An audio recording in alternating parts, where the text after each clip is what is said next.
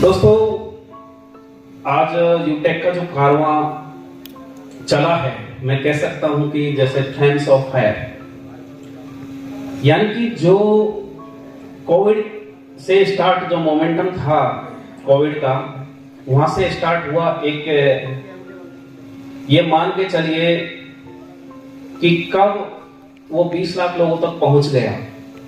एक ऐसा प्लेटफॉर्म जो एक दर्द, एक कशिश लेके एक एज ए ऑर्गेनाइजेशन या कंपनी के रूप में आपके सामने प्रेजेंट हुआ, और वो उस दर्द, उस व्यथा को दिखाते हुए जो उसके पीछे हम मिशन विजन लेके चल रहे हैं, उसको चरितार्थ करता हुआ आप सभी के प्यार, साथ, सहयोग, जो डेडिकेशन है, उसके बल पर आज एक मूर्त रूप लेके 20 लाख लोगों के साथ में आपके सामने खड़ा।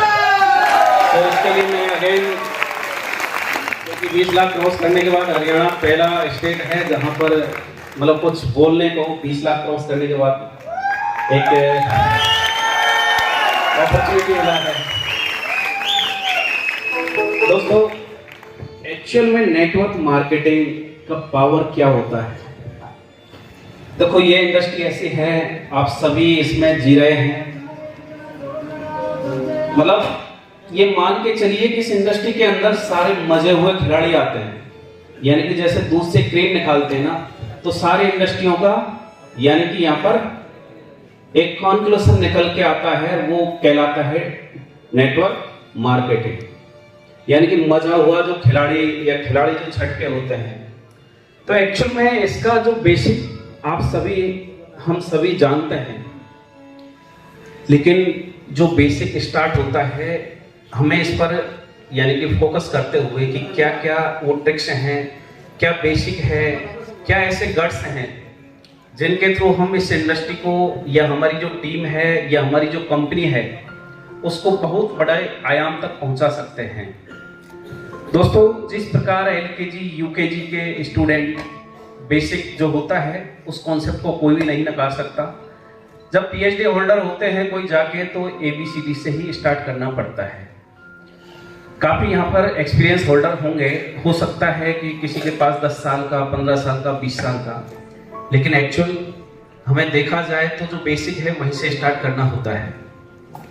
इस डायरेक्ट सेलिंग के अंदर इंसान के अंदर जब एक, जैसे कि एक बीज डालते हैं खेत में, तो वैसे ही जहन के अंदर, यानी कि मैं बात करूं कि एक फर्स्ट कदम से लेकर, यानी कि इंसान के अंदर जब कल्पना करने का एक यानी कि बीज माइंड के अंदर चलता है या इमेजिन वो करता है, सेट करता है, और उसके बाद जाके वो एक टारगेट सेटिंग तक जाता है।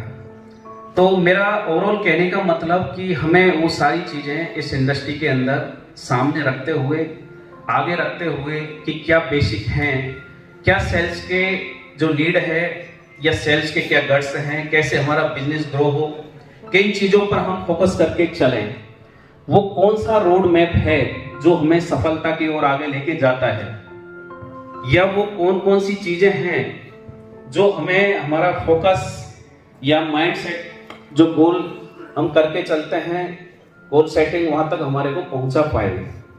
तो दोस्तों, जिस प्रकार एक माइंड के अंदर जैसे कोई चीज चलती है, धीरे धीरे जैसे कॉन्शियस माइंड से सबकॉन्शियस माइंड तक अपना सफर करती है, उसी तरीके से इस नेटवर्क मार्केटिंग का स्टार्टअप होता है कि इंसान एक इमेजिन करता है, कल्पना करता हुआ धीरे धीरे वो डिजायर की ओर जाता है।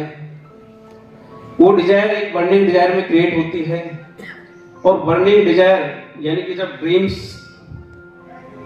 सेट होते हैं, क्रिएट होते हैं, छोटे से लेके बड़े तक, उसके साथ जब पावर मिलता है, एक जब बर्निंग डिजायर को जब एक पावर, और पावर क्या, जो क्रेजीनेस आप उसके साथ मिक्स करते हो, तो वो जाके आपको जो आपका अचीवमेंट लेने का जो आपने गोल सेटिंग किया हुआ है कि मैं यहाँ तक लेके रहूंगा, या मेरा लाइफ का गोल ये है, इस कंपनी में मेरे को ये रैंक या इतना अचीवमेंट निकालना है। तो वहां तक मेरा कहने का मतलब कि ग्रेजुअली अपन चलते हैं, तो ओवरऑल जब उसके साथ बर्निंग डिजायर आती है, अपनी पावर स्ट्रेंथ जो होती है, कॉन्फिडेंस लेवल की, क्रेजीनेस के साथ में, तो वो जाके ये देखिए कि आपके सामने जो आपका जुनून है, जो जोश है, जिस शिद्दत के साथ आप, जिस मुद्दत से आप आपके गोल को फॉलो करते हैं, उनके बीच में कुछ चीजें आती हैं जो आप कह सकते हैं कि चाहे वो संघर्ष का नाम या रिजेक्शन का नाम या फेलियर का नाम, तो उनको सामना करते हुए हमें पार जाना होता है। और वो मेरा कहने का मतलब एक सफर स्टार्टिंग से लेके और जब लास्ट हम जो भी मतलब सेगमेंटाइज करते हैं, छोटे गोल, उसके बाद बड़े गोल, उसके बाद उससे बड़ा गोल, तो वहां तक अपनी अप्रोच बढ़ाती है। बस हमें वो फेलियर, वो रिजेक्शंस, वो मुसीबतें, वो संघर्ष से पार जाना होता है। और दोस्तों कहते भी हैं कि ईश्वर उसी के साथ होता है जो संघर्ष का सामना करता है। ईश्वर जब परीक्षा लेता है, अपना डेडिकेशन को आजमाता है, तो वो ये देखता है कि ये बंदा सस्टेन कर पाएगा, इसको जो मैं सक्सेस तक पहुंचाऊंगा, ये इसको ग्रैब तो कर लेगा, लेकिन ये सस्टेन कर पाएगा, ये स्टैंड रह पाएगा या नहीं रह पाएगा। तो ओवरऑल अपने को उन सारी चीजों को इस इंडस्ट्री के अंदर सामने रखते हुए हमारे जो अचीवमेंट्स हैं, जो गोल सेट हम करके चल रहे हैं, वहां तक हमारे यानी कि विजुलाइज कराता है और वहां तक अपनी अप्रोच को सामने रखता है। दोस्तों इस इंडस्ट्री के अंदर सबसे बड़ा मैं ये कहता हूं कि डायरेक्ट सेलिंग भी छोड़ दीजिए, आप नेटवर्क मार्केटिंग की बात अगर करते हुए भी किसी भी इंडस्ट्री का अगर अपन फोकस होता है ना, यानी कि अपने टारगेट पर फोकस होना चाहिए। अब टारगेट तक पहुंचने का जो पीछे का बिहाइंड दैट अगर अपन बात करें तो सबसे मेन होता है कि उसके पीछे, टारगेट के पीछे दौड़ने का एक अपने पास रीजन होना चाहिए, पर्पज होना चाहिए, हमारा मोटिव क्या है, वो मोटिव हमें उस टारगेट तक लेके जाता है। तो अब आप ये देखिए कि एक्चुअल में मैं डायरेक्ट सेलिंग इस इंडस्ट्री के अंदर आया हूं, तो मेरा क्या टारगेट है, मेरे को जाना कहां है, किस दिशा में, किस दशा में मेरे को स्टैंड करना है, और मैं परिवार वालों को या मेरे रिश्तेदारों को या मेरे यार दोस्तों को क्या करके दिखाना चाहता हूं। तो मैं कहता हूं कि इस इंडस्ट्री के अंदर अगर आपको अपनी टीम ग्रो करनी है, आपकी टीम की सेल्स बढ़ानी है, इंक्रीज करनी है, आपका टारगेट अचीव करना है, तो मेरे एक ये मान के चलिए कि आप आपकी फैमिली से मोहब्बत करने लग जाइए। हर कोई मोहब्बत करता है, लेकिन उस डेडिकेशन से आप उसके मतलब गहराई जो होती है ना, उस पीक तक चले जाइए। मैं ये कहता हूं आपको टारगेट के अलावा कुछ दिखाई नहीं देगा।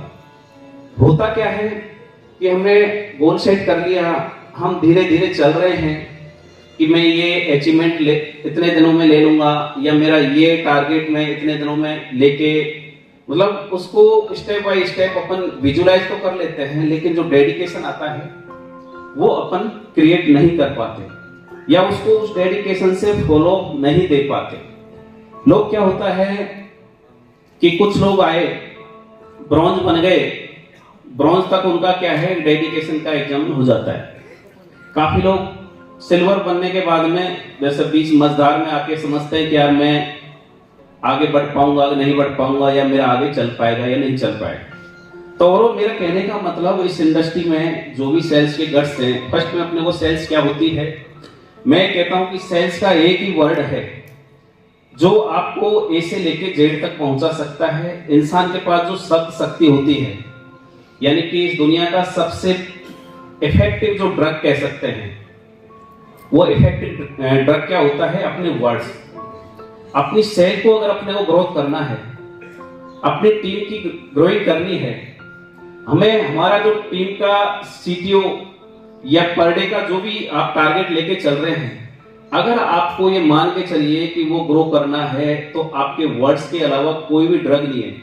आप ये मान के चलिए कि दुनिया की सबसे बड़ी इफेक्टिव ड्रग है ना, तो आपके वर्ड है। आप उस वर्ड से उस सेल को कितनी हद तक लेके पहुंच सकते हो। और वैसे ईश्वर ने सबसे बड़ा क्या कि एक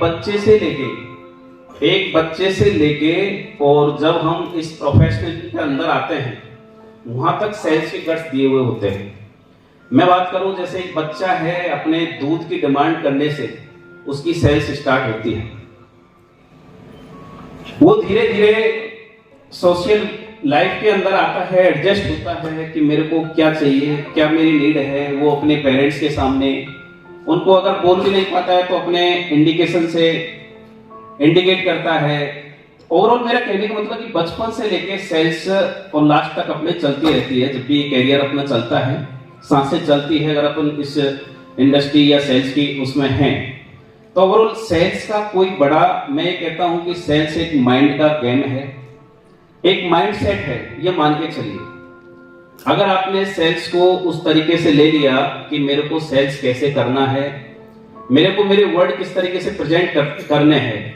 अपन जैसे सोशल वे में बात करें, किसी लड़के को यानी कि अपने कोई माता बहन है, या ये बोले कि आपको अपनी जो सिस्टर है या जो भी परिवार में है उनके लिए लड़का देखने जाना है, एक सोशल वे से मैं आपको कनेक्ट कर रहा हूं। यानी कि सभी सोशल मतलब कहीं कहीं जाते हैं, लड़का अपन देखते हैं तो लड़के का क्या देखते हैं, यानी कि लड़का भी अपने आप को सेल करता है, एक्सपोज करता है। उसके क्या मतलब उसका कैरियर है, क्या आगे उसका फ्यूचर रहेगा, अगर वो प्रेजेंट कर पाता है तो अपन वो रिश्ता तय करते हैं। सेम दैट ये मान के चलिए कि अपन लड़की देखने जाते हैं, तो लड़की का भी अपन क्या देखते हैं, तो वो क्या है, वो भी एक मतलब एक सेल है। यानी कि अपन किसी नीड को कंप्लीट कर रहे हैं या करा रहे हैं।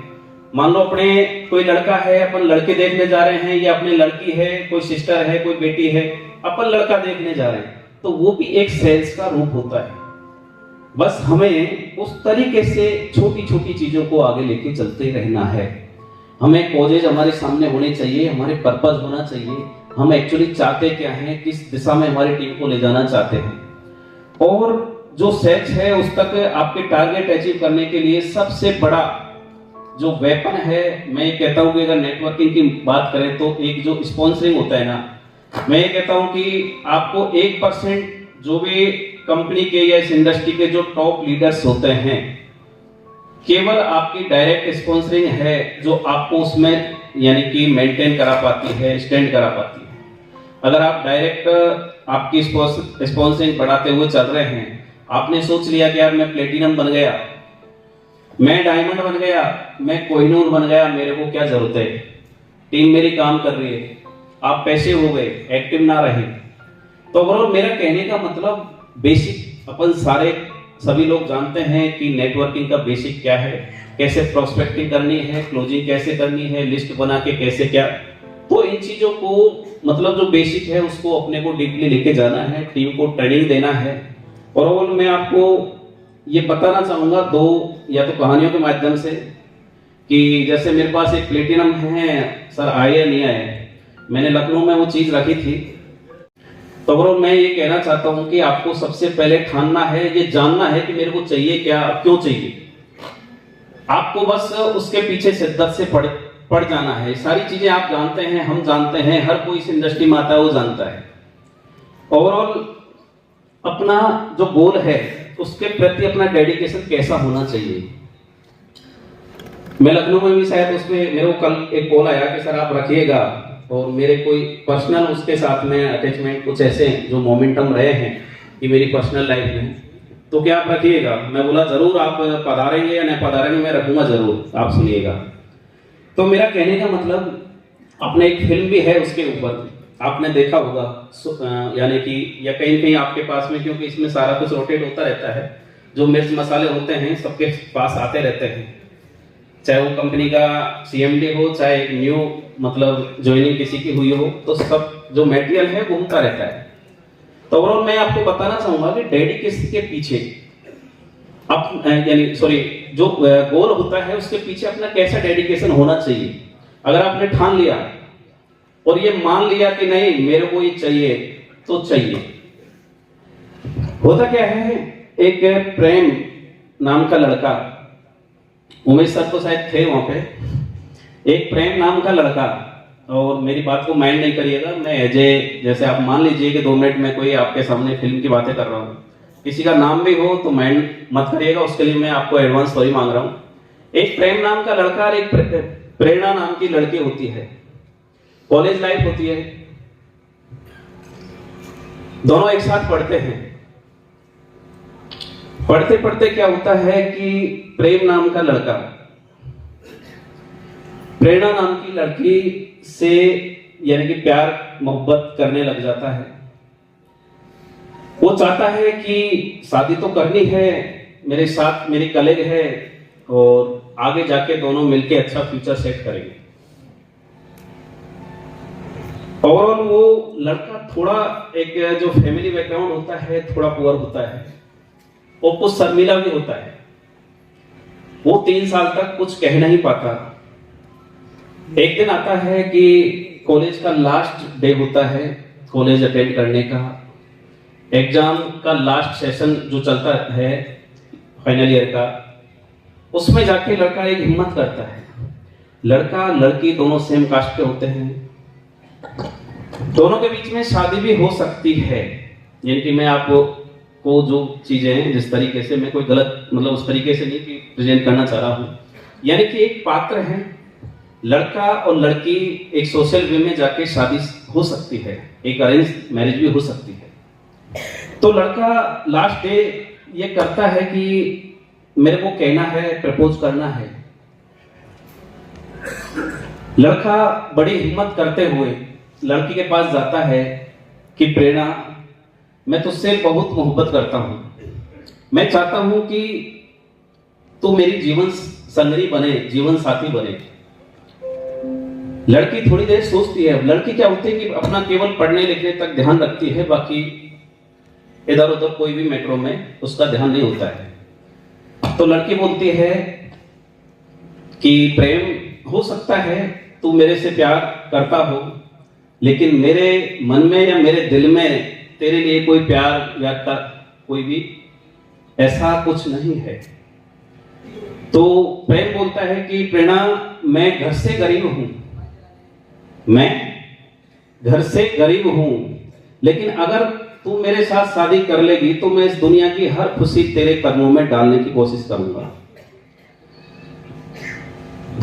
प्रेरणा बोलती है कि बेशक प्रेम तू मेरे से मोहब्बत करता होगा, लेकिन तेरा जो स्टैंडर्ड है और जो मेरा स्टैंडर्ड है उसमें जमीन आसमान का फर्क है।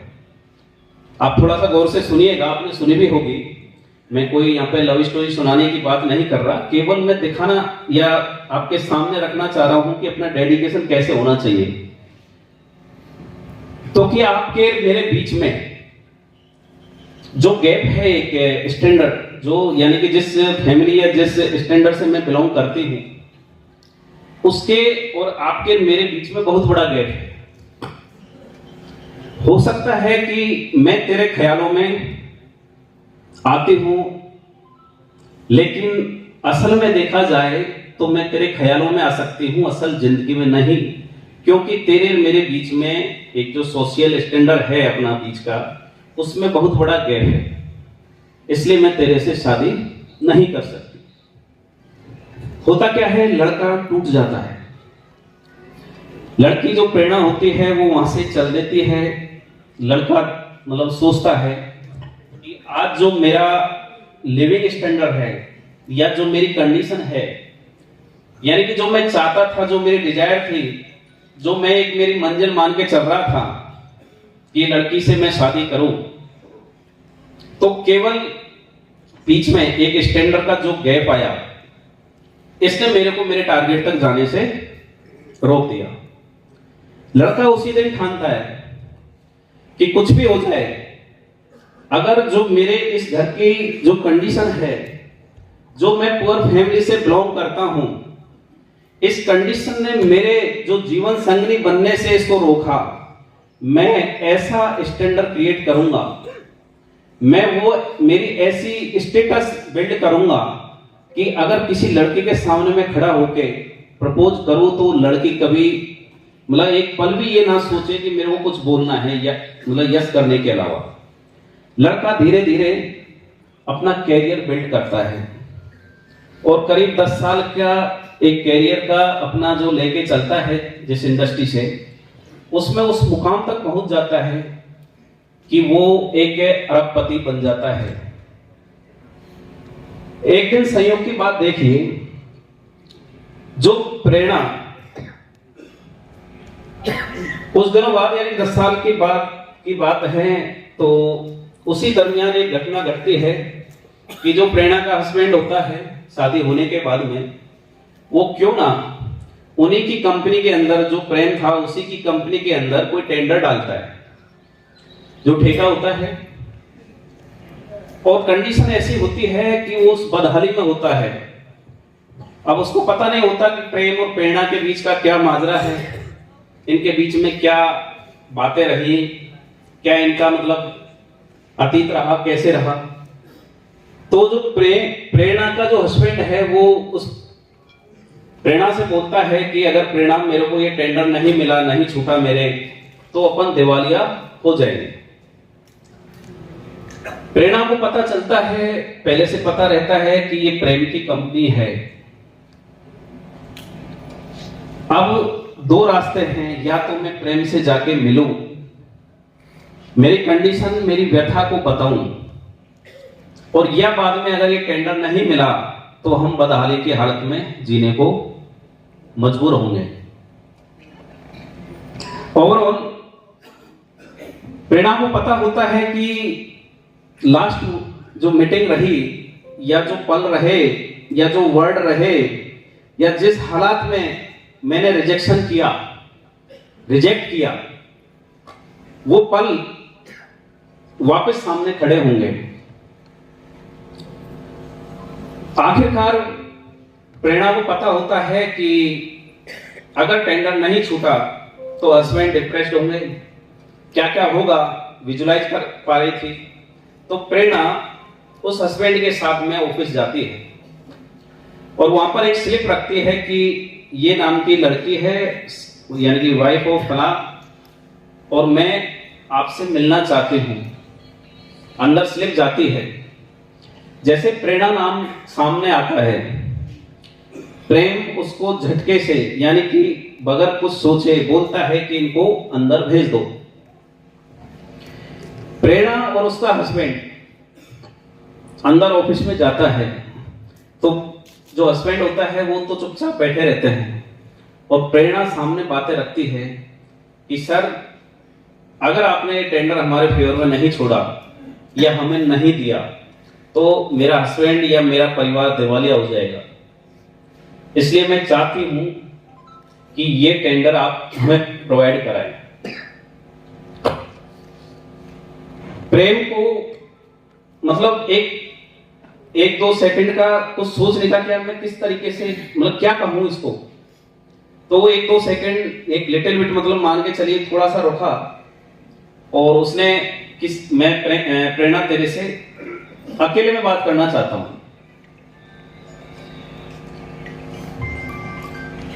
प्रेम जब ये बोला तो प्रेरणा की ठीक है, हस्बैंड खड़ा होकर दूसरे वाले उसमें बैठ जाता है। प्रेम बोलता है कि प्रेरणा, ये जो सारी कंपनी है आज मिलियन या बिलियन जो भी आज जो स्टेटस बनाया है, जिस स्टेज पे मैं इस कंपनी को लेके बैठा हूं कि जो तू तेरा एक ही टेंडर नहीं, तो जितना कुछ तेरे को चाहिए वो मांग ले। अब जब ये प्रेम बोलता है तो प्रेरणा थोड़ा सा सकपका जाती है, समझ रहे हो मेरा वर्ड? तो थोड़ा सा मतलब ऐसे महसूस करती है कि बोल क्या रहा है, कि तेरे को जो कुछ चाहिए वो तू मांग ले, तब भी वो कुछ नहीं बोल पाती। लास्ट में वो समझाता है कि प्रेरणा तू मुझे मिली या ना मिली मायने ये नहीं रखता, लेकिन आज जिस स्टैंडर्ड को मैं मेंटेन कर रहा हूं, जिस स्टेज पर मैं बैठा हूं, ये तेरी ही प्रेरणा की देन है कि आज मैं गरीब फैमिली से उठ के आज अरबपति बन के बैठा हूं, ये तेरी ही देन है। मैं उस दिन ठान के चला था कि मैं शादी करूंगा तो प्रेरणा से करूंगा, और आप संयोग की बात देखिए कि अरबपति बनने के बाद भी बंदा शादी नहीं करता है कि मेरी लाइफ में रहेगी तो तू रहेगी, और जिस चीज ने तेरे को पाने से रोका, मैं उस सारी चीज को ऐसे मतलब दिखाऊंगा दुनिया को कि यार अगर कुछ ठान लिया जाए तो पॉसिबल नहीं है। और उसके एक वर्ड होते हैं, ये सारी कंपनी जो आज खड़ी है, जब तू मुझे रिजेक्ट करके गई, ऊपर वाले ने ये सारी कायनात मिलके मेरे को सपोर्ट किया, बूस्टअप किया, कि तू बढ़ आगे, इससे प्रेरणा ले। प्रेरणा तो गई, रिजेक्ट कर दिया तेरे को, लेकिन तू इससे प्रेरणा ले कि आगे जाके अगर तेरे से कोई प्रेरणा ले तो उसकी प्रेरणा कभी रिजेक्ट ना करे। कि ये जो सारी दौलत है, धन दौलत जो कुछ भी है, जो कंपनी का असेट्स है, ये मान के चलिए कि तेरे लिए है, क्योंकि तूने ही मुझे इस जगह पर लाकर स्टैंड किया है। तो ओवरऑल मेरा कहने का मतलब ये है कि जब कुछ ठान लिया जाए, ये ठाना जाए, कोई चीज जब तक अपन डीपली नहीं जाएंगे, अपने आप को खपाएंगे नहीं, अपन डूबेंगे नहीं, तैरना नहीं सीखेंगे। जब डूबने लगेंगे, तैरने की कला तभी अपने को आएगी। तो मेरा ओवरऑल कहने का मतलब यही है कि अपने को अगर ठानना है, परिवार से मोहब्बत करनी है, हमें चाहिए क्या, तो उस डेडिकेशन के स्टेज पर जाकर अपने आप को खपाना है। तो डेडिकेशन इस इंडस्ट्री का एक ऐसा बड़ा पार्ट है।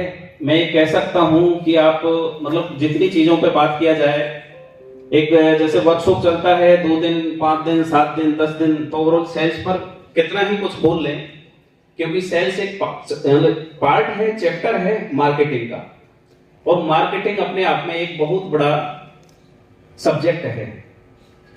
तो अगर अपन लाइफ में एक चीज को भी ठान ले, अपने को सेल्स की स्टडी करने की जरूरत नहीं है, क्योंकि एक बच्चा भी जानता है कि सेल्स कैसे की जाती है। मेरे को माँ कब दूध पिलाएगी, मेरे को चाहिए क्या।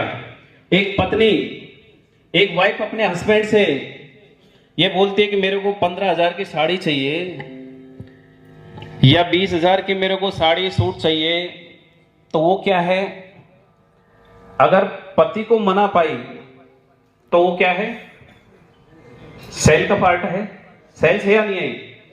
तो ओवरऑल मेरा कहने का मतलब लाइफ का कोई भी ऐसा अध्याय नहीं, कोई भी ऐसी इंडस्ट्री नहीं, और ये सेल्स की दुनिया ही एक ऐसी है। अगर आपने ठान लिया तो जो दुनिया के ग्लोबली अगर आप देखो 1% जो लोग हैं ना, उसमें उसकी लिस्ट में अपना नाम शुमार करने के लिए केवल एक ही चीज है, वो है सेल्स। क्योंकि ये सेल्स ही आपको उस स्टेज पर पहुंचा सकती है, और ना कोई भी नौकरी, चाहे आप यूपीएससी फाइट करके आईपीएस बने हो, चाहे आरएस बने हो, चाहे आईआरएस, मतलब कुछ भी बने हो, अगर ईमानदारी से नौकरी की तो उस पर स्टैंड नहीं करा सकते। दुनिया की एक ही चीज है जहां पर सेल्स के थ्रू आप उसके पावर के बल पर दुनिया के 1% लोगों में शामिल हो सकते हैं। कि अपनी टीम के साथ कम्युनिकेशन गैप कभी नहीं आना चाहिए। मैं ये कहता हूं, जैसे डायमंड सर बैठे हैं, आप प्लेटिनम सर बैठे हैं, गोल्ड, सिल्वर, ब्रॉन्ज सारे बैठे हैं, अपने को कभी ईगो नहीं पालना चाहिए। कुछ छोटी चीजें हैं, टीम टूटने के बहुत सारे रीजन होते हैं, लेकिन एक ही रीजन होता है कि आप एक रीजन के बल पर, एक आपके वर्चू जो आपकी शख्सियत के अंदर है, उसके बल पर आप पूरी टीम को खड़ा रख सकते हो। यानी कि अपनी जो शख्सियत है उसके अंदर कुछ ऐसी खासियत पैदा करनी चाहिए, कुछ एक तो ऐसे मतलब वर्चू होने चाहिए, गुण होने चाहिए अपने अंदर कि लोग अपने से कनेक्ट रहने के लिए बहाने ढूंढे, या अपना जो एक जैसे मैग्नेटिक साइकिल होता है उसमें जैसे अट्रैक्शन आता है, अट्रैक्ट करती है, वैसे लोग अपने से अट्रैक्ट हों। और वो अट्रैक्ट कब होंगे, जब अपने अंदर, अपने कैरेक्टर के अंदर, अपनी शख्सियत के अंदर कुछ ऐसे वर्चू होंगे जो हमें दूसरे से अलग करें, खास बनाएं या बेमिसाल बनाएं, जो दूसरों के अंदर नहीं हो। एक्चुअल में लीडरशिप का मतलब यही होता है।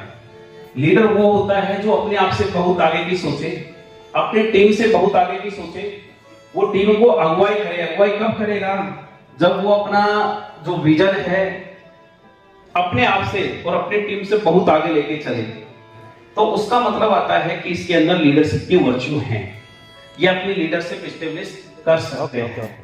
ओवरऑल लोग क्या होते हैं कि प्लेटिनम बने, डायमंड बने, कोई हो, मतलब कंपनियों की अलग अलग कोई भी रैंक हो सकती है, लेकिन मैं अपने यहाँ पर बात करके जैसे, तो अपने को कभी ईगो नहीं आना चाहिए कि मैं ये रैंक पर स्टैंड कर गया, मेरी टीम है, कोई प्रॉब्लम आ गई, मैं कॉल पिक करूं ना करूं कोई फर्क नहीं पड़ता। फर्क पड़ता है साहब, आज कॉल हम भी पिक करते हैं, ऐसा नहीं है भाई, कोई भी ये सिस्टम है अगर कोई कंपनी का डायमंड है, कोई कंपनी का सीएमडी है, तो वो एक ये मान के चलो कि एक सिस्टम के पार्ट है। वही कंपनी मैनेजमेंट किसके पीछे है? लीडर्स के पीछे है। कंपनी को बिल्ड स्टैंड कौन करता है? लीडर्स करता है। कंपनी को बनाता कौन है? लीडर्स बनाते हैं। अगर आप लोग सारे नहीं होते तो यूटेक आज जिस रूप में है क्या होता? तो ओवरऑल अपने को हमेशा टीम के साथ कनेक्ट होना चाहिए। अपनी जो कंपनी का इंट्रो, काफी लोग क्या होता है, अरे सर मैं यूटेक कर रहा हूं, आप आ जाइए। मतलब उनका इन्विटेशन कैसे है लोगों को पता नहीं होता। कई 10-10 साल, 8-8 साल, 5-5 साल का एक्सपीरियंस होता है।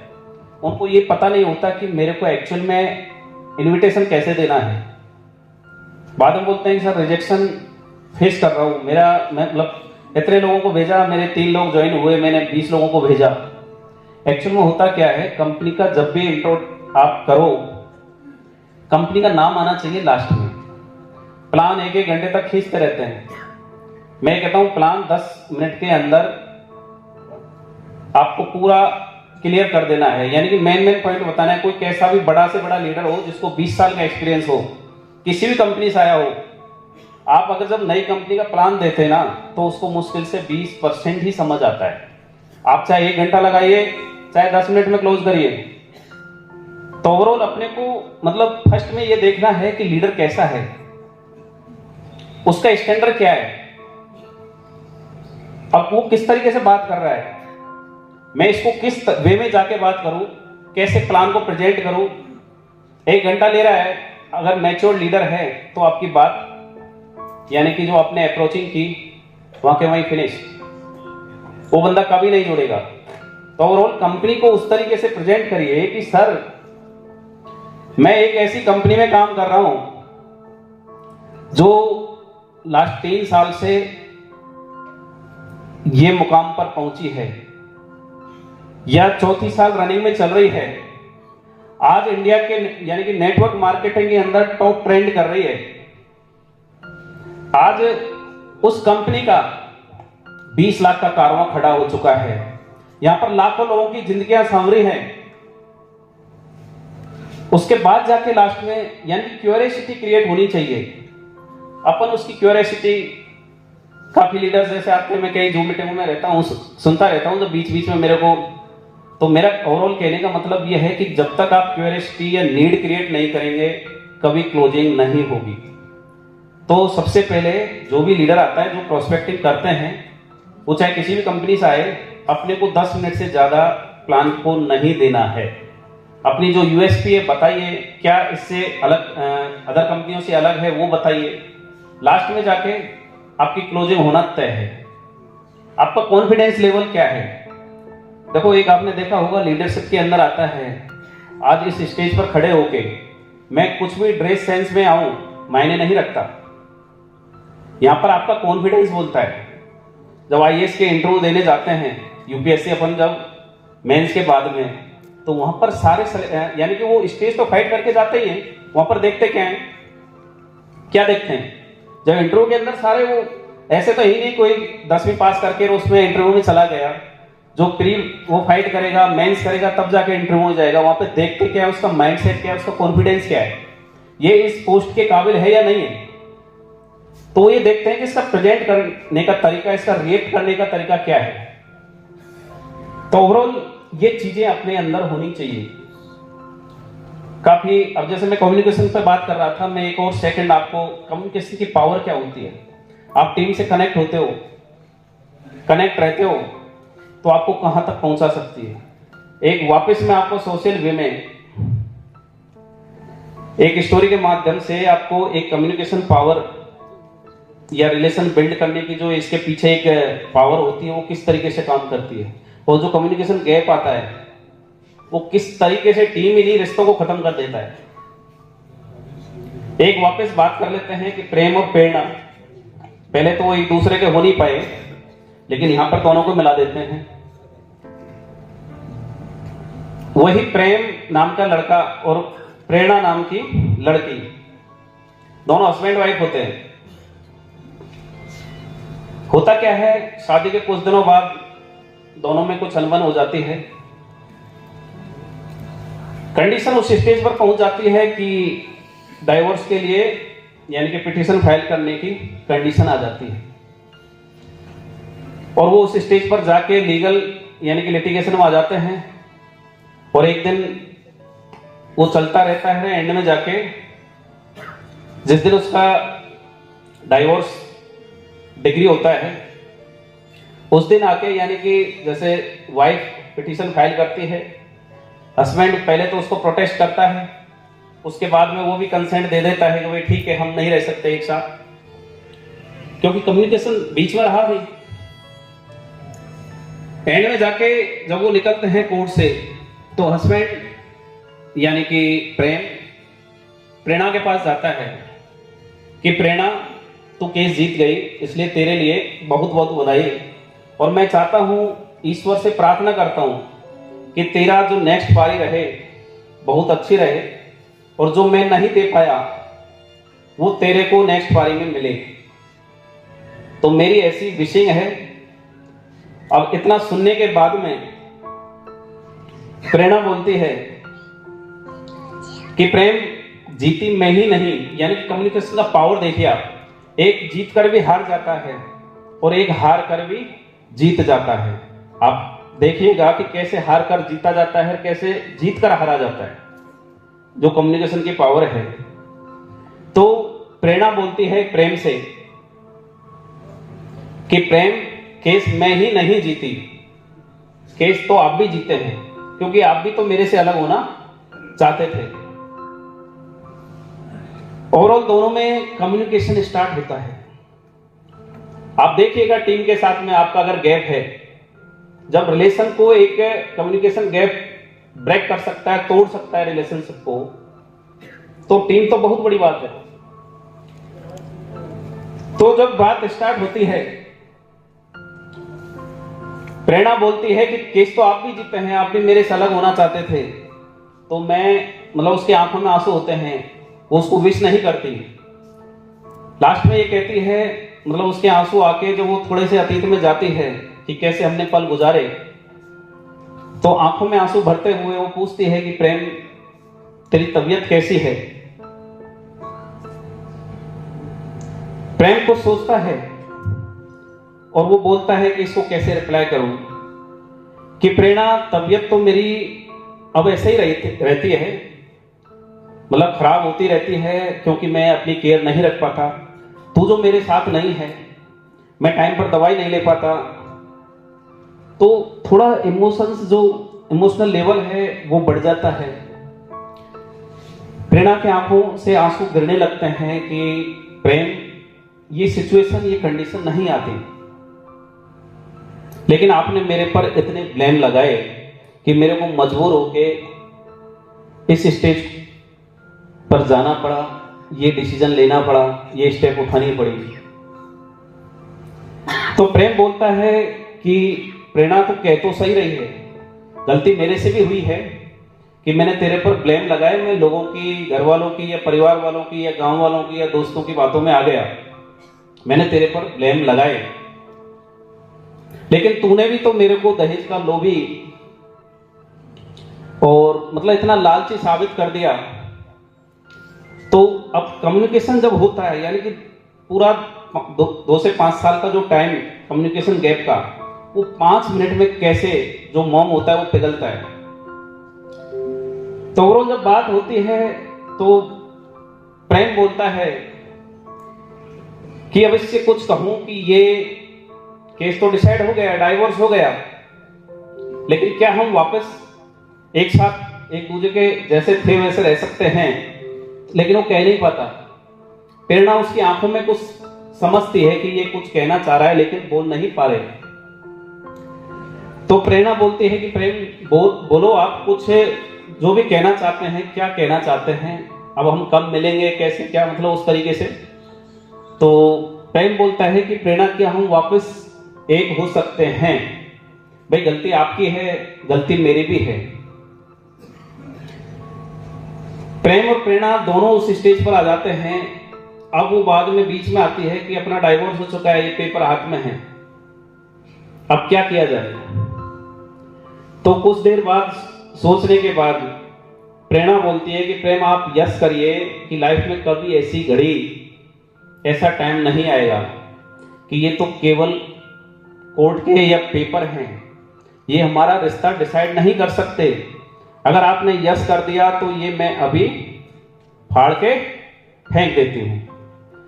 तो प्रेम यस करता है और प्रेरणा उस कॉन्फिडेंस के साथ में उन पेपरों को फाड़ देती है। तो ओवरऑल मेरा कहने का मतलब कम्युनिकेशन गैप कभी भी हमारे आड़े या बीच में नहीं आना चाहिए, क्योंकि कम्युनिकेशन एक ऐसी चीज है, वो स्किल है कि आप दुश्मन को भी अपना बना सकते हैं। तो काफी चीजें ऐसी होती हैं, जैसे मैं ईगो की बात कर रहा था, उस पर मैं आपको छोटा सा एक एग्जांपल देता हूं। एक सुनार था, उसके शोरूम के अंदर जैसे हीरे की कोई रेक थी, वहां से एक चूहा उस हीरे को उठा के मुंह में लेके और निकल जाता है। सुनार देखता है कि यार मेरा एक हीरा कम है, तो चूहा उस हीरे को निगल के और यानी कि साइड में चूहों के पास में जाके बैठ जाता है। अब कुछ ऐसी चीजें एक साथ जब जाती है तो क्या होता है कि कुछ अनकंफर्ट फील करता है, तो चूहा और चूहों से जाके थोड़ा अलग जाके बैठ जाता है। आपने सुनी होगी, क्योंकि चीजें ऐसे नहीं है कि मेरे पास ऊपर से आते हो या कोई स्पीकर हो उसके पास में। तो ओवरऑल मैं कहना चाहता हूं कि ये चीजें हैं, छोटी छोटी लगती हैं, लेकिन एक्चुअल में इनके मायने, इनके रिजल्ट बहुत बड़े होते हैं।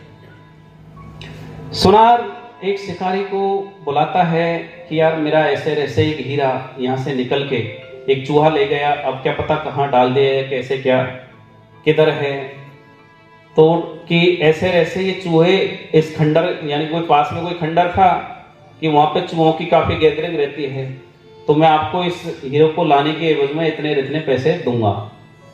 तो ओवरऑल उस शिकारी को पैसे देता है कि मैं इतने पैसे दूंगा, ये हीरा, ये चूहा चाहिए ताकि मेरा हीरा आ जाए।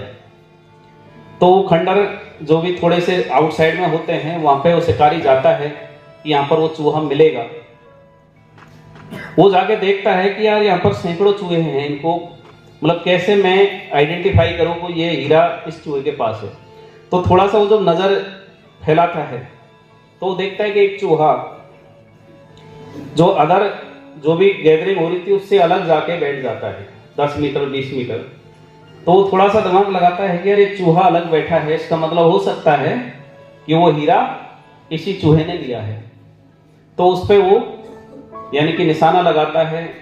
चूहे के जब निशाना लगता है तो चूहे का पेट फट जाता है और वो हीरा निकल जाता है। वो ले जाके उस सुनार को वापस वो हीरा जाके देता है। तो सुनार बोलता है कि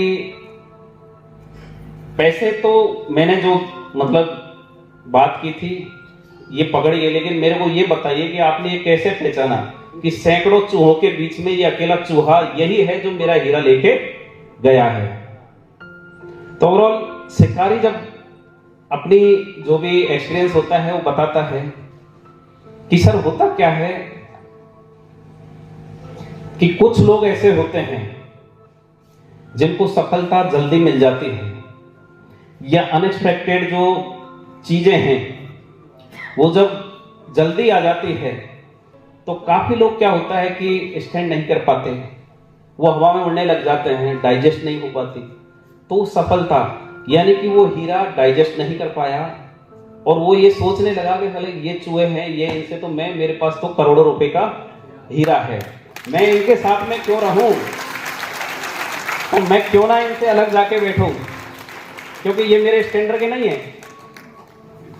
तो ओवरऑल कभी ये ईगो नहीं पालना चाहिए। तो उसने सुनार को बस एक ही जवाब दिया कि सर कुछ लोग ऐसे होते हैं जो नैरो माइंडेड होते हैं या मूर्ख होते हैं, या जिनके पास में जब सफलता जाती है तो वो डाइजेस्ट नहीं कर पाते। तो ये वही चूहा है जो इसको इसकी सफलता यानी कि डाइजेस्ट नहीं हो पाई और ये साइड में जाके अपने आप को ऊंचा समझ के, बड़ा समझ के और एक साइड चला जाता है। तो मैंने ये इसको आइडेंटिफाई किया कि क्यों ना ये वही चूहा है जो ये हीरा लेके आया है। तो ओवरऑल मेरा कहने का मतलब यह है कि कम्युनिकेशन स्किल सेल्स की सबसे बड़ी पावर होती है। आपका कॉन्फिडेंस लेवल सबसे बड़ा पावर होता है। ओवरऑल आप जब उस स्टेज पर जाते हैं तो एक्चुअल में कहते हैं कि सफल होना बड़ी बात नहीं है, बड़ी बात यह है कि आप सफल होके उस सफलता को बनाए रख पाए। यस या नो? तो हमको एक एक स्टेज, क्लोजिंग हुआ, प्रोस्पेक्टिंग हुआ, लिस्ट मेकिंग हुआ, यानी कि सारी प्लान प्रेजेंटेशन हुआ, इन चीजों को अपन जानते हैं, लेकिन जानते हैं इनमें माहिर, खास, बेमिसाल कैसे होना है, ये चीजें वैसे बताने की नहीं होती, क्योंकि अपन यानी कि फौरी तौर पर सारी चीजें जानते हैं, लेकिन उनके डीप में अपने को पता है नदी बह रही है, लेकिन नदी की गहराई कितनी है वो अपने को उसके अंदर या तो छलांग लगानी पड़ेगी, गोता मारना पड़ेगा, तभी जाके पता चलेगा। तो ये चीजें हैं कि हमें कैसे हमारी टीम बिल्ड करनी है, कैसे अपना बिजनेस ग्रो कराना है। और आपको कंपनी का सबसे पहला ये है कि कंपनी का आपको पूरा जो बिजनेस प्लान है, जो उसके कभी भी लाइफ में शॉर्टकट एडप्ट ना करें, क्योंकि सेल्स का आप देखोगे आपको उस टाइम के लिए हो सकता है, कई बार क्या होता है कि लोग ये सोचते हैं कि यार मैं ऐसे बल्क बाइंग करूं और ये रेंज हायर कर लूं, लेकिन एक्चुअल में सेल्स का देखा जाए तो देखो सफलता का कोई शॉर्टकट नहीं होता, ये तय मानिए। आप एक स्टेप ले सकते हैं, एक छलांग लगा सकते हैं, आप 2 छलांग लगा सकते हैं, लेकिन सफलता के लास्ट उस दहलीज को क्रॉस करने के लिए आपके पास में आपकी लीडरशिप होनी चाहिए, आपकी सेल्स की पावर होनी चाहिए, जो गट्स हैं अपनी पर्सनैलिटी ग्रोइंग करने के लिए उन पर काम करना चाहिए। अगर शॉर्टकट वे अपन एडप्ट कर रहे हैं तो ये तय मानिए कि अपनी नैया बीच मझधार में जाके डगमगाएगी। अब उस टाइम अपन कितना उसको मेंटेन कर पाए, ये डिपेंड करता है बाद में अपनी उस टीम पर कि ये टीम कितना हमें आगे ले जाएगी, आपने कैसे ट्रेंड किया है। तो ओवरऑल मैं आप सभी के सामने, टाइम कितना थोड़ा सा मेरे को बताइए, 2:20 हो गए सर, 2:20 है ना? तो मैं यही आपको बताना चाहूंगा कि कंपनी का जो मिशन विजन है वो सारा कुछ क्लियर करके आज कंपनी 20 लाख लोगों के साथ में आपके साथ रनिंग है। आपका जो डेडिकेशन है, ये डेडिकेशन का एक फलसफा है कि आज 20 लाख तक हम पहुंचे हैं। अब आपको आपके टीम का जो फलसफा बनाना है, जो सफर तय कराना है, आप जैसे कंपनी का विजुलाइज आप कराते हैं, एक एक लीडर के पास में उसका विजन होना चाहिए कि कंपनी के प्रोडक्ट, अब काफी क्या होता है कि कंपनी के प्रोडक्ट को हमें पता ही नहीं है, मिक्सवेरी क्या है इसका टेस्ट पता नहीं है, सर आप मिक्सवेरी से ज्वाइन कर लीजिए। उसने पूछ लिया कि इसका टेस्ट क्या है, इसके इंग्रेडिएंट्स क्या हैं, इसकी एमआरपी क्या है, इसका डीपी क्या है, तो सारे प्रोडक्ट्स हैं, उसकी अपने को कम से कम कितना डीपी है, कितना बीबी है, कितना एमआरपी है, इसके अंदर क्या क्या डला हुआ है, इसका टेस्ट कैसा है, इसका रिजल्ट कैसा है। अब मैं देखता हूं कि लोग यूज करते हैं, लेकिन किसी के भी टेस्टिमोनियल जो वीडियो होते हैं, किसी के लिए शायद मेरे हिसाब से 1-2 वीडियो संजय सर ने या ऐसे डाले हैं, तो अपना कॉन्फिडेंस कैसे लेवल हाई होगा? कॉन्फिडेंस बिल्ड तब होगा जब अपन प्रोडक्ट को यूटिलाइज करेंगे। आप बेसिक देखिए भाई, आप अपनी नेटवर्क मार्केटिंग के अंदर आपकी पहचान बनाना चाहते हैं तो आपका कॉन्फिडेंस ही नहीं, आपका प्रोडक्ट है उसका 100% यूज करना चाहिए, जो भी आप यूटिलाइज कर सकते हैं। मान लो कोई लेडीज हैं, अब जैसे अपने गायनिक प्रोडक्ट हैं, तो लेडियों को वो एक फूड सप्लीमेंट है, ऐसा नहीं है कोई बीमारी के लिए ही वो काम करें, तो अपने को पता होना चाहिए कि इसके मतलब क्या रिजल्ट है। तो इन चीजों पे वर्क करते हुए जब हम फोकस करेंगे तब जाके ओवरऑल अपना टीम यानी कि ग्रोइंग करेगी। और मैं आपके सभी के सामने, जैसा कि आज एक ऑफर चल रहा है, उसका लास्ट डेट है, एक ऑफर और मैं आपको, यानी कि जो उदयपुर वाले यहाँ पर कितने हैं जो अचीवर हैं, उदयपुर का कितने टाइम का वो था ट्रिप, पता ही नहीं है। देखो अचीवमेंट लेके बैठे हैं, लोगों को पता नहीं है। संपत सर बताइए।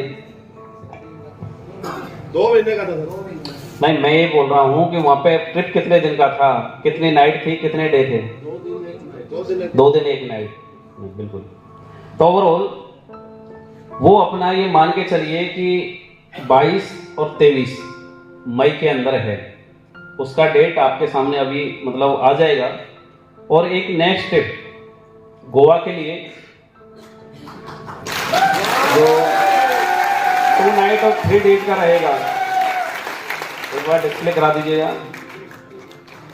2 नाइट और 3 डेज के रहेगा। इसमें हम एक वेलनेस किट, एक अपना 3 piece suit plus dinner set और एक स्कूटी। अगर कोई भी 4 स्कूटी आपके लेवल फर्स्ट में आप सेल करा देते हैं, परचेज करा देते हैं, तो आप गोवा ट्रिप के अचीवर हो जाएंगे। सेम ऐसे ही एक वेलनेस किट है, उसके मार्फत भी, और एक 3 पीस सूट और एक डिनर सेट, इसका भी हमने एक वो बनाया हुआ है। कल से ही आपके सामने लाइव रहेगा रात के बाद में। तो इनके लिए मैं आप सभी को कॉन्ग्रेचुलेट करना चाहूँगा, विश करना चाहूँगा कि आप सभी गोवा में, हम पहले 100 लोगों के साथ में, 100 लीडर्स के साथ में गए थे, आपकी कम से कम 200 तो कम से कम एटलीस्ट होने चाहिए।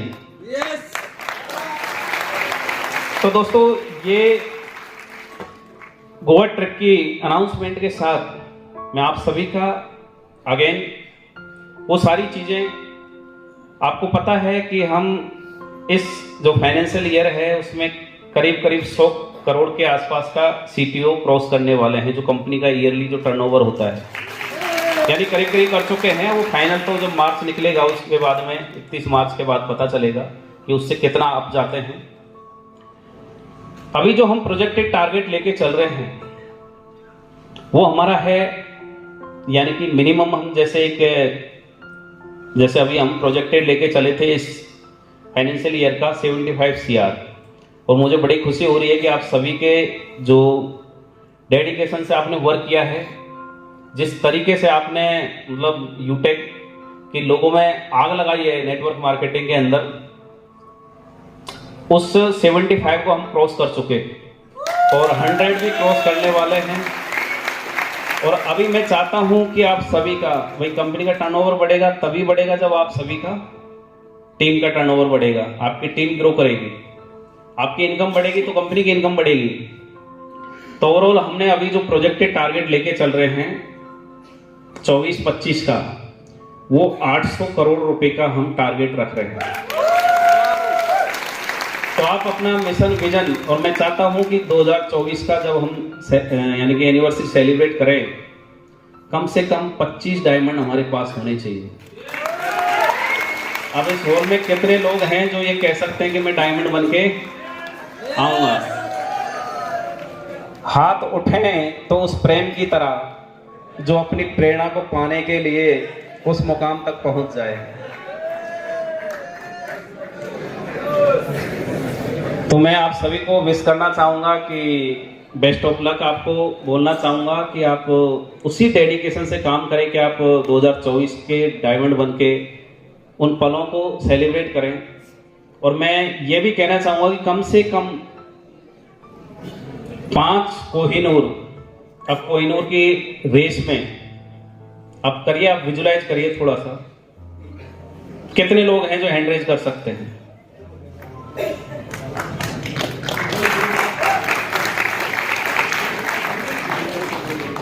मेरे को एक्सपेक्टेशन नहीं थी कि ऐसा सन्नाटा सा जाएगा।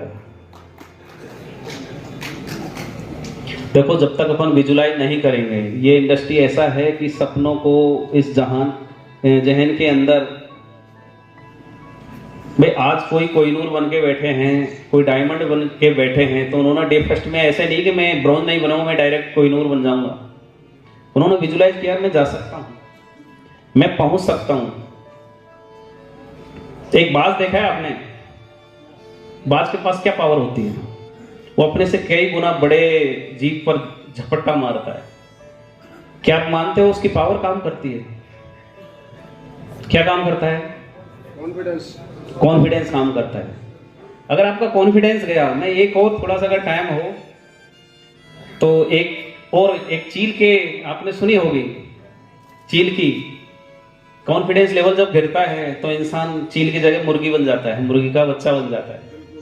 सुना है ना? तो तो ओवरऑल अपना कहने का मतलब ये है कि अपना पावर तब काम करता है जब हमारा कॉन्फिडेंस, सेल्फ कॉन्फिडेंस अंदर से बोलेगा। आज मोदी जी के बारे में सभी जानते हैं।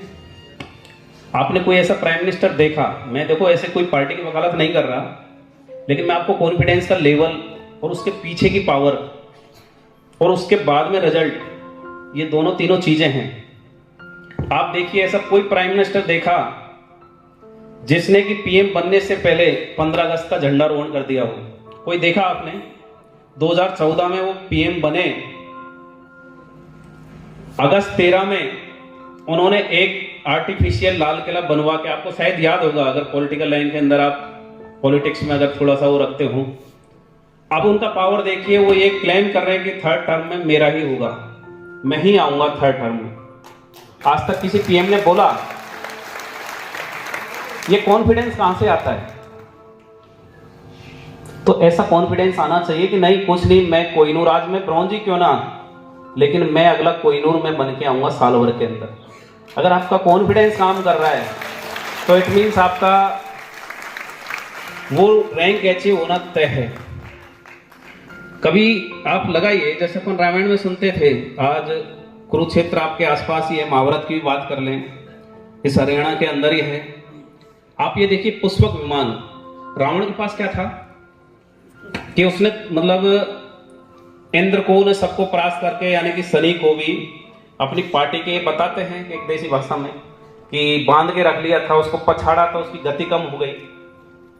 तो अकॉर्डिंग टू जो भी रामचरितमानस या रामायण या जो भी अपन बात करें, तो उसका क्या था? कॉन्फिडेंस था। क्या उससे ज्यादा बलशाली नहीं थे? बलि के पास भी वही पावर था। क्या उसके पास वरदान था कि जो भी उससे लड़ेगा उसकी आदि शक्ति उसमें आ जाएगी? लेकिन उसके अंदर वो कॉन्फिडेंस नहीं था, वो गुफाओं से बाहर नहीं जा पाया। लेकिन रावण के पास क्या था? उसने, कहते हैं कि कैलाश पर्वत को भी हिलाने का, अब दुस्साहस कह सकते हैं या साहस कह सकते हैं, वो किया। तो ऐसे बहुत सारे पात्र हैं जिनसे अगर अपन ठान लें, इस दुनिया का एक पात्र आप उठा के देख लीजिए, ये भी मायने नहीं रखता कि आप कितने पढ़े लिखे हैं। आपके पास पीएचडी की डिग्री होना चाहिए नेटवर्किंग के अंदर, कहीं लिखा है? कोई कंपनी खोलने के लिए पीएचडी होल्डर चाहिए, लिखा है कहीं? होता क्या है, पढ़ा लिखा होना जरूरी नहीं है, लेकिन इस इंडस्ट्री में अगर अपने को स्टैंड करना है, ग्रो करना है, तो पढ़ते लिखते रहना जरूरी है। कोई मायने भी नहीं रखता कि आपने कितनी टीम बनाई, कितने लोग जोड़े और कितने जोड़ लेंगे। सबसे पहले अगर देखा जाए तो मायने ये रखता है कि लोगों को जोड़ने से पहले आप कितना जुड़ा रह सकते हैं। क्या बात है। तो ये चीजें हैं नेटवर्किंग की। आप कितनी ही बड़ी रैंक ले लें, अगर आपने आपकी पर्सनल स्पॉन्सरिंग, आपने लेवल फर्स्ट को मेंटेन नहीं किया, क्योंकि यही वो स्टेज होती है, पर्सनल स्पॉन्सरिंग वो पावर होती है। लेवल फर्स्ट अगर आप मेंटेन करें, ये नहीं कि मैं अब उमेश सर ये सोच ले कि यार मैं डायमंड बन गया, मैं क्यों लोगों के कॉल, क्यों मैं मेरे डायरेक्ट में लगाऊं। हाँ, इस स्टेज पर जाके इनको एक प्रमोशन नहीं करना चाहिए। इनकी आईडी का अगर ये डिजिटली प्रमोशन कर रहे हैं तो ओपनली नहीं करना चाहिए, लेकिन इनको इनकी स्पॉन्सरिंग डायरेक्ट लेवल 1 को हमेशा मेंटेन करके चलना चाहिए, क्योंकि ये लेवल ही है जो हमको कभी भी जब मतलब हिलोड़े आते हैं ना, हाई टाइड देखा है, गोवा चलेंगे जब देखेंगे, काफी लोग गए थे पहले साथ में, तो खैर उससे टाइम से पहले चलेंगे अभी, क्योंकि पहले इतना एंजॉय नहीं कर पाए। तो यानी कि मेरा कहने का मतलब, जब भी कोई चीज अप डाउन होती है तो इस नेटवर्क मार्केटिंग के अंदर अपना लेवल फर्स्ट ही है जो हमें हमेशा आगे बढ़ते रहने का एक बूस्टअप पावर देता है। होता क्या है, आपने देखा होगा पहले राजा महाराजा किले बनाते थे, आज भी वो ऐसे खड़े हैं, खड़े नहीं खड़े, 300 साल, काफी 1100 साल, 1000 साल पहले के, आज भी आप आज की बिल्डिंगें क्यों नहीं चल पाती? इतने हाईटेक इंजीनियर हो गए, क्या उनके पास ऐसी डिग्रियां थी? क्या ऐसे टूल्स थे? क्या कोई ऐसा वेपन था कि अगर जाके उस यानी कि कोई किला बने और वहां पे हेलीकॉप्टर से या जो भी उससे उठा के वहां पे ड्रॉप कर दे कोई मटेरियल को, नहीं था ना। पहले था क्या, लोग क्या अपना बेस ऐसा सॉलिड बना के चलते हैं कि चाहे ऐसे झटके आए, चाहे तूफान आए, चाहे आंधी आए, चाहे बरसात आए, लेकिन उनका बेस ऐसा रहता था कि आज भी वो किले खड़े हैं। यानी कि जागीरियां, राजा रजवाड़े खत्म हो गए, लेकिन किले आज भी अपनी शान बना के खड़े हुए हैं। तो ओवरऑल वही चीज, अगर अपन ये देखें कि यार किला खड़ा है, पढ़ा लिखा होना, पीएचडी होना कोई मायने नहीं रखता। मायने ये रखता है कि आप किस चीज को किस तरीके से ले रहे हैं, कितना डीप जाके खो रहे हैं। दुनिया में कुछ भी पाना है तो आपको खपाना पड़ेगा, आपको ये देखना पड़ेगा कि यार ये चीज अगर ऐसे है, मैं आके इस हॉल में खड़ा हो जाऊं, बैठ जाऊं, मेरे को पता ही नहीं मेरे आजू बाजू कौन बैठा है, कौन क्या कह रहा है, क्या मूवमेंट है। तो अब किला खड़ा है अपने सामने, तो अपन उससे क्या एजुकेशन ले सकते हैं। बहुत सारे खड़े हैं आपके हरियाणा में भी, राजस्थान तो हमारा खैर है ही है काफी। दिल्ली का आपने लाल किला देखा होगा, आपने काफी ऐसे, आज आमेर का देखिए आप जयपुर में, कितने दिन हो गए। तो ओवरऑल उससे अपन क्या एजुकेशन लेके आज भी शान से खड़ा है, उसका बेस मजबूत है। आज क्या रीजन है कि आज 50 साल से ज्यादा हमारे आज इस यानी कि डिजिटल एरा के अंदर इतना हाईटेक, जिसमें कि हर चीज आपको आर्टिफिशियल, आप कैसे भी इन्वेंशन कर सकते हैं, वो सारे टूल्स, वो वेपन्स आपके पास हैं। लेकिन तब भी एक बिल्डिंग 50 साल से ज्यादा नहीं चलती, एक ओवर ब्रिज अगर बनाए तो वो भी 50-100 साल से ज्यादा नहीं चलता। तो और ये चीजें हैं जो अपने को डिफरेंशिएट करती हैं कि हम दूसरों से कैसे बेमिसाल बने, कैसे हम खास बने। तो ओवरऑल मैं आप सभी से कुछ मेरे जो भी शब्द रहे हैं, अगर कहीं भी कोई चूक गलती रही हो, मैं आपसे माफी चाहूंगा। कि कोई भी पात्र को लेके, जैसे कि 1-2 स्टोरी सुनाई, कहीं किसी को हर्ट लगा हो, मेरा मकसद कोई लव स्टोरी या कोई डाइवोर्स के ऊपर नहीं था। मैं बस ये चाह रहा था कि आपको, यानी कि कोई भी चीज अगर जब तक आप डीपली नहीं जाएंगे तब तक आप उस स्टेज पर नहीं पहुंच पाएंगे। तो थैंक यू सो मच आप सभी का। मैं आप सभी से अगेन चाहूंगा कि अभी जो 20 लाख का कारवां है, इसको हमें 1 CR तक पहुंचाना है। अब टाइमलाइन आप मेरे को दोगे कि वो टाइमलाइन क्या होगी,